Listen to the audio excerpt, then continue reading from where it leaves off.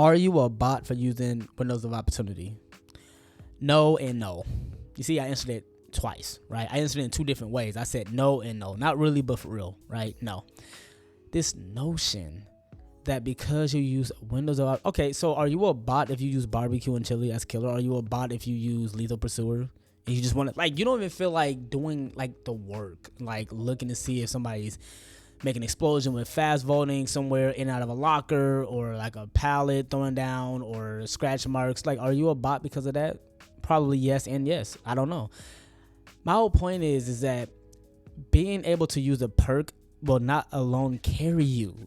Like, I try to get people to understand this logic. First of all, let me just say this is the 5th episode of the Survivor Side Story podcast. Your boy Libra got 90, and I'm sorry. I hope you guys do not hear this neighbor. I don't know what it is with this neighbor. I don't know if they're having like a bad dream. I don't know if they're knowing that I'm trying to do this episode. I don't think you guys are gonna hear it, but like I keep hearing like a weird scream, but they're not in danger. Maybe they are. Windows opportunity does not make it where, like, listen, it cannot carry you alone in chase. If you don't understand map structure, if you don't have a lot of hours into the game, or you're just a casual player, you're just gonna run to yellow. Like, I remember Nightlife from Eternal said, I think they was reviewing like one of the best perks in the game for Survivor, people that uses it a lot, like popular and stuff like that. And he said one of the best perks, most used perks in the game is run to yellow. And I just thought that was funny, right? Because that's exactly what a lot of survivors do. But you'll learn that survivors who rely on windows of opportunity, all they're gonna do is just like run into a pallet and just stand there and just keep trying to chuck a pallet and hope that the killer just try to evade them. And don't get me wrong, they're biding a lot of time, right? Like, that's good. Like, it's still something, you know what I mean? Like, and like the kill rates are still gonna be high anyway. Killer's still gonna likely win. Like, I don't know what y'all expectations is of like solo queue is, and I just think it's funny because it's just like I still have that hope that I can win a game, but 9 times out of 10 I know I'm gonna die, or I'm gonna lose, or I'm gonna have a teammate that's not gonna do anything. I just think it's funny. But what I'm saying is that people like use the Windows opportunity. You ever notice that they don't know how to play TNL walls properly? They don't know the check spots, or they just they don't like playing windows like that because it's not a pallet. A pallet separates you in from the killer just as well, but not as well like maybe like a window. It takes a bit more skill to use windows. Why? Because you can fake a window, and if you get faked out by the killer and you're on the other side, you can try to fast fall back in, but the window blocks. Pallet doesn't get blocked. I mean, I think they got if you use Blight's perk and stuff like that. I hate that perk, by the way. I forgot what it's called, but it's a hex perk, and if he hits you, it blocks it and stuff like that. But it's like Windows block, you know what I mean? And so what I'm saying is that you have a lot of survivors, they heavily rely on that. So here's the thing, back in the day, for those who do not know, it's the Kate Denson's perk, Windows of Opportunity is teachable. It used to have a cooldown, so it was you still be able to see, pallets in yellow, windows in yellow, breakable walls, etc. But it had like a cooldown, like once you fast forward a window, once you threw down the pallet, this dude, okay, who is yelling? I'm sorry, because I'm not editing this video like that. Like, dude, I can hear this person, like, I don't know what it is, but like, what are y'all doing? It's like they know I'm trying to do like a video, bro. Like, it's so weird. Anyway, cause like you gotta listen. Like, it's something like they being attacked, but I know they're not. It's like I'm sorry. Anyway, I just hope that y'all don't hear it. You know what I mean? I ain't trying to get sidetracked. But what I'm saying is that it used to have a cooldown. Now you can just see pallets in yellow all day. You can see all of that. But like I can, and even if they don't have it, I just sense that survivors just probably just know where like good pallets are, and they'll just stand there like they know what shack is. You go to Auto Haven, you know what shack is likely going to be mostly in the same area. Not all the time. Like I'm gonna say this too. Not every loop is gonna always be in the same spot, by the way. So that's why Windows Opportunity really works. For example, if you go to Area Crow, and you know that one Strong God palette that's like outside of main building, and you go there and it's like that gate, and then it's like a palette that's separates that gate loop. It's like a square.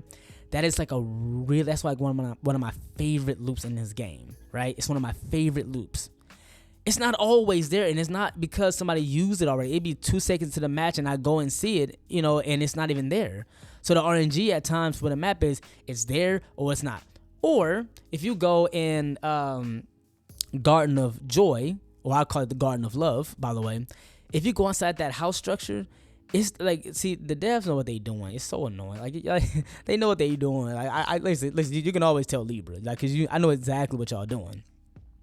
Like, okay, inside Garden of Joy, it's that window. If you have one of those opportunities, you'll see it. It's that window where if you go from like the back inches of the house to your left, it's normally that. I love when a window is right there, but most of the time they'll have it where it's like further up, and I promise you, it is so much easier to loop a killer around that because it's so much wider around the edge to get around that. But the RNG of the game was mostly just have it where it's in the middle of it, and if you fast vault that one, the killer can just easily catch you because it's just shorter on the other side. What I'm saying is that a survivor who have windows of opportunity, they're not gonna understand that. They're not gonna understand, like, okay, let me make sure I don't take the short side of the loop. If a pallet is dropped, they see it in yellow, right? No one broke it. If the pallet is dropped, they're not gonna understand who's brand new at the game or who's just a casual player. I'm not gonna call you a bad player if you're brand new because you're brand new. That's like you being brand new at a job. You're new. You shouldn't be penalized if you're brand new. You don't know. But if you're a casual player, I might have to call it that because I was casual and brand new. But eventually, I got to the point where I wanted to get good at this game, and I got good. But if you have a pallet that's dropped, and you don't understand to not fast vault or to not vault on the short side, and you want to take it on the long side because it just takes a little bit more time for the killer to get around, and then understanding check spots to see what would hit or not, then that's Windows opportunity is not going to help you there. You get what I'm saying? It's your opportunity to try to learn the game, but then again, people call you a tryhard. They say you're a nerd, but we all play Dead by Daylight. We're all excited for the chapter of, like I said, I'm on console. I'm not able to, and I just want to say this too. I appreciate those who enjoy my content, these past podcasts, because, like, for example, I can't participate in the PTB because I'm on the console. I don't have a PC to be able to test out the player test builds and see what's gonna work or what's gonna get nerfed or we work the buff, the stuff like that. I don't have that, so I don't want to be, and like a lot of time I was just stale making content. Like I'm just stale. Like, oh man, like I gotta try to make a meta build. I gotta try to be like these other popular content creators or streamers. It's kind of hard to keep up with them, but you can still do it. Just because you got people in the same field that you're doing doesn't mean that you can't do it differently and stuff like that. So I don't want anyone to ever get discouraged that's trying to do something that's in the popular field. You can just do things differently. I think what worked for me on this channel is just the podcast. I like being able to like vent, because I'm not gonna always be able to make a video. Like I said, I'm working 9 to 5. All I do is work. You get what I'm saying? So, but I don't want to overload you guys. However, I don't want to overload, but there's just things that happen in this game, and I just feel like I just have to speak my mind. So I appreciate those who actually like it and want to continue watching me. But the point, what I'm saying is that I'm hearing streamers with thousands of hours into this game, comp level streamers, say stuff like, you are a bot if you use these things, stuff like that. You can look and tell if somebody know how to loop a mind game. Even in this very episode, right, that you're watching, you're not watching me use window of opportunity one time, right? It still doesn't mean I don't know how to do what I'm doing. I still know how to mind game. I still know how to look behind me. I still know what works as far as chase. And eventually you're going to get caught because, Bloodlust is still here. That's the thing that killer love to act like it's still needed in the game, even though they rework these maps to make it where you get like the most BS's, if that's even a thing, BS's of loops. You know what I mean? So it's just really crazy. But I want you to watch this one part of this, right? So the game was almost over with, right? And he was blocking the entrance, the exit, I should say. So this was so clutch. Like, this was so clutch. I had no other choice, right? So I dropped the pallet. I'm checking to see where he's at. He's, a mind gaming a little bit, as you see. So I just say, okay, I got made for this. I am made for this. I am made like that. I'm built differently like that. And, I don't know if y'all can see it, but the timer's going down. And I just say, let me just go the other way. And lo and behold, I am right here at the hatch.